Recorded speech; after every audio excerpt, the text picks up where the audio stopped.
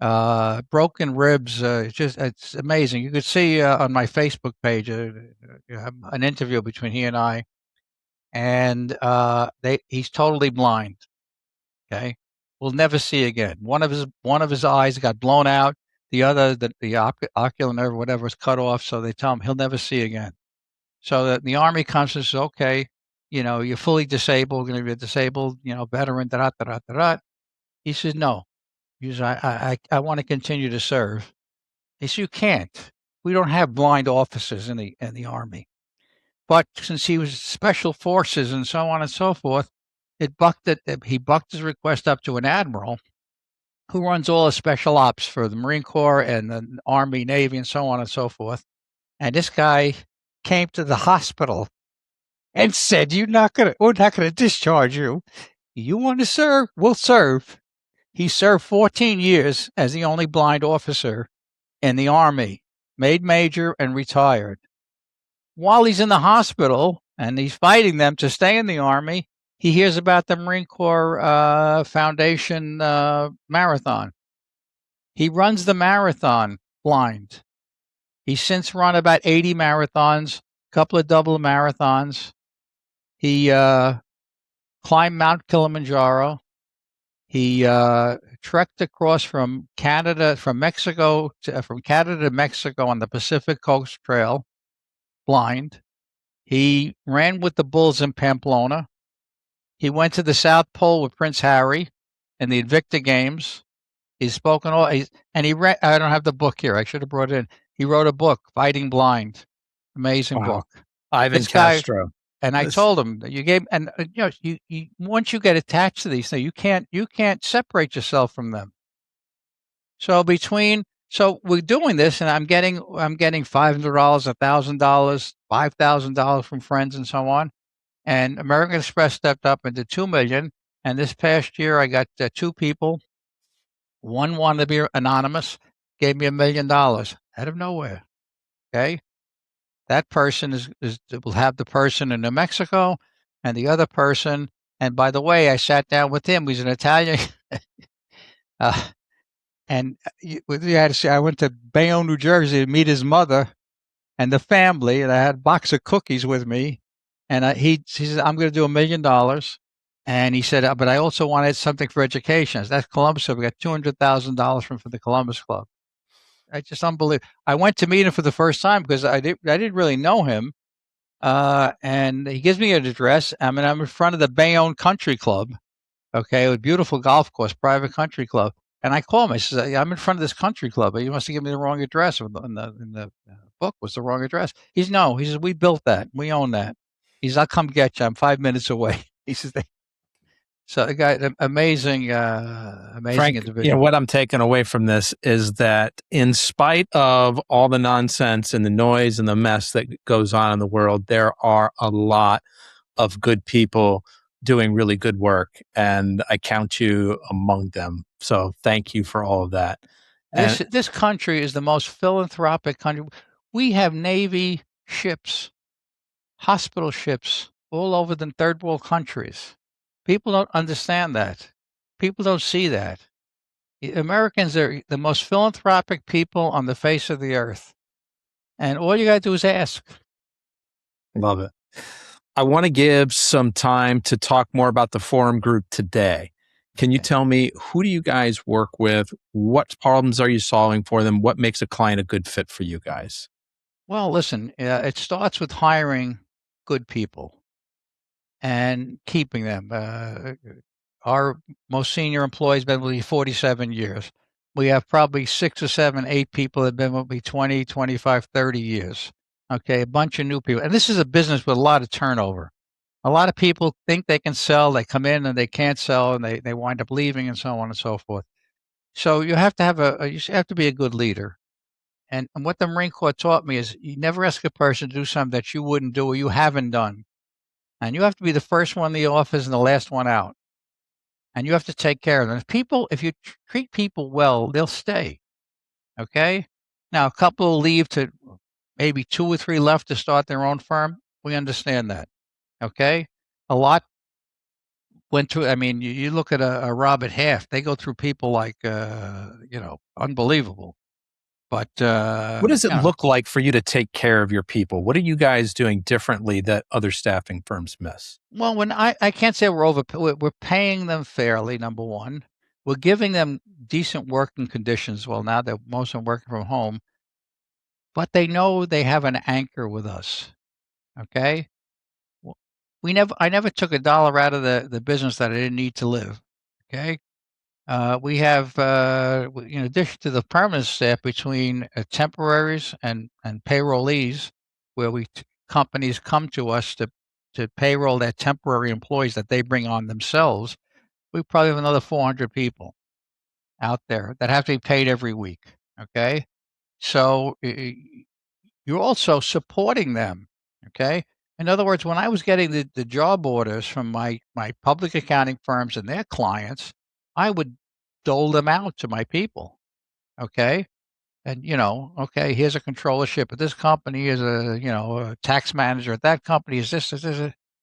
And they appreciated that. So at the end of the year, if they produced X number of dollars, I could show them that, well, 3 or 4 of those placements came directly from your association with Forum, the reputation that we have, okay, the way we treat people, and I insisted.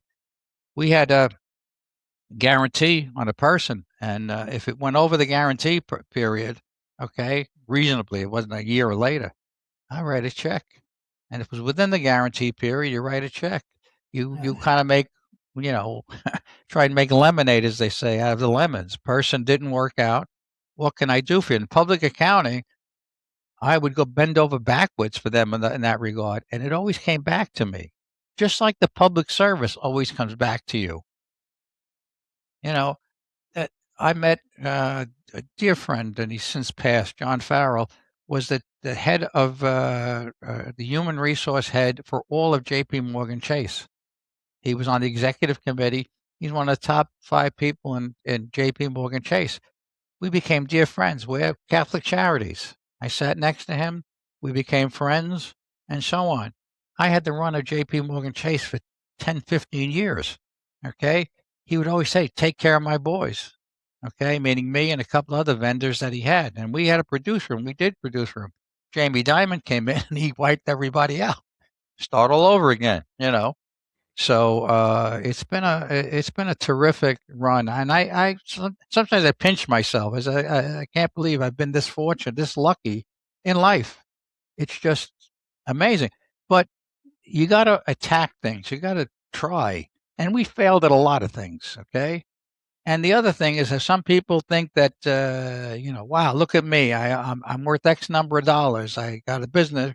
Hey, pal, you better thank God because you were lucky. Okay. I worked hard, but I was fortunate. I was the right place at the right time. Okay. I had 2 partners. One got a divorce and he just lost it. And the other, Steve Goldstein, a good friend of mine, was still good friends. He lost a son in a boating accident and he wanted to retire. That was 20 years ago. He had enough, accumulated to retire. He's been hitting golf balls in Delray, Florida for the last 20 years. And but it was never the money.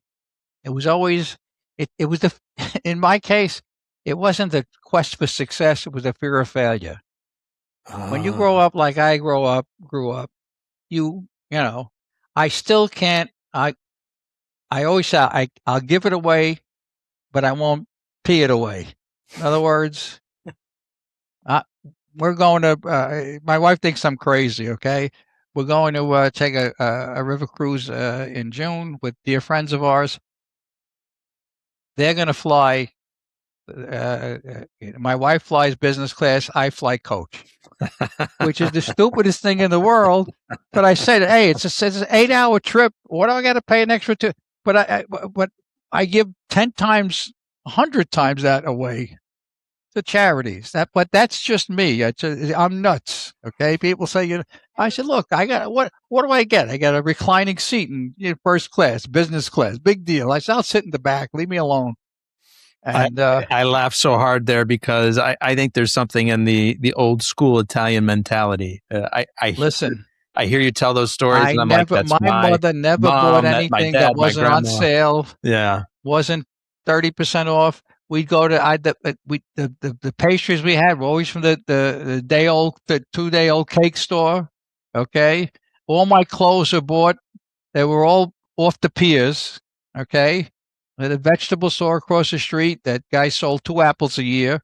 But everybody in the neighborhood wore the same raincoat, the same hat, the same shoe. Whatever they stole from the piers was what people wore.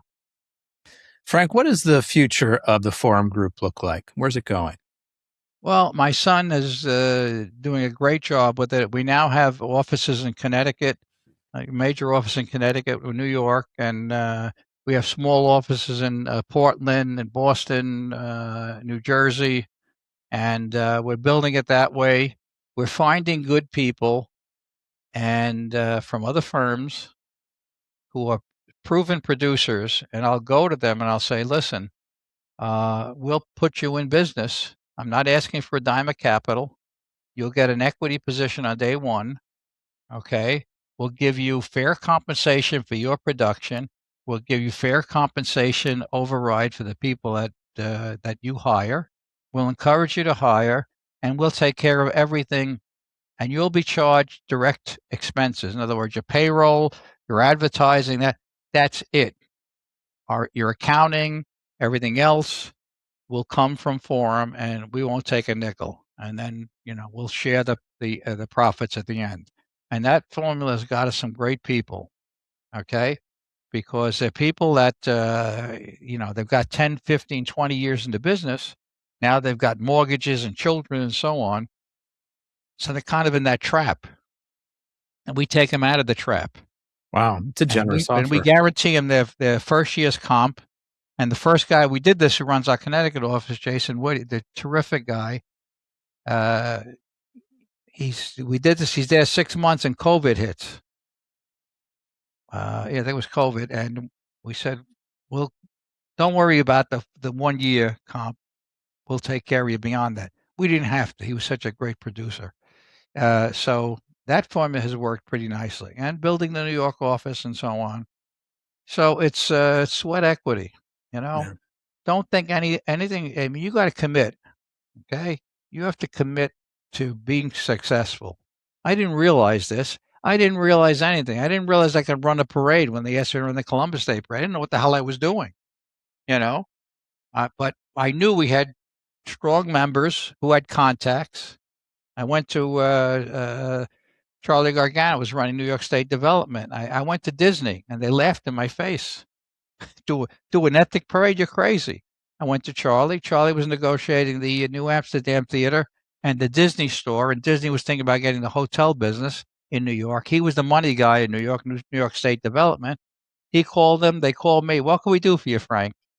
And for about 10 years, they would send 3 truckloads of. We had Cinderella and all the characters and this, that. What a pain in the ass that was. But that's what got us the Emmy nominations. Oh, Okay. that's fun I stuff. went to the Rockettes, and they told me, "You're crazy. We'll never do anything like this." He said, I said, "Well, how much? Why could I? I can't pay you." I told her, "I don't have a budget." Well, she said, "You're crazy." And I called a fellow, John Tata, was one of the founders of Cablevision, a member. I said, "John, help me out." Because Cablevision owned Madison Square Garden, which owns Rockefeller Center, which owns the Rockettes. Same woman calls me up an hour later, says, "Frank, what can we do for you? How can I help you?" So we had the Rockettes. So I go back to NBC because they had the Rockettes when they did the tree lighting in Christmas. And the general manager of the New York operation, "Frank, how much are you paying them?" I said, "Well, we're paying them. I don't pay you." They were paying them $50,000 a year to do the Christmas tree opening. We got them for nothing. You've got some good relationships with some good people, Well, Frank. that's you see what it's just tapping into a network, just like we did for the tunnels to towers, and I'm just blown away by this organization. Yeah. Frank, I've just got one more question for you today, but before I ask it, I want to do 3 quick things for the audience. First of all, if you want to get in touch with Frank Fusaro, his email address is ffusaro@forumgrp.com, and we'll have a link to that in the show notes. also the Tunnels to Tower website that he mentioned before, T, the T number two, two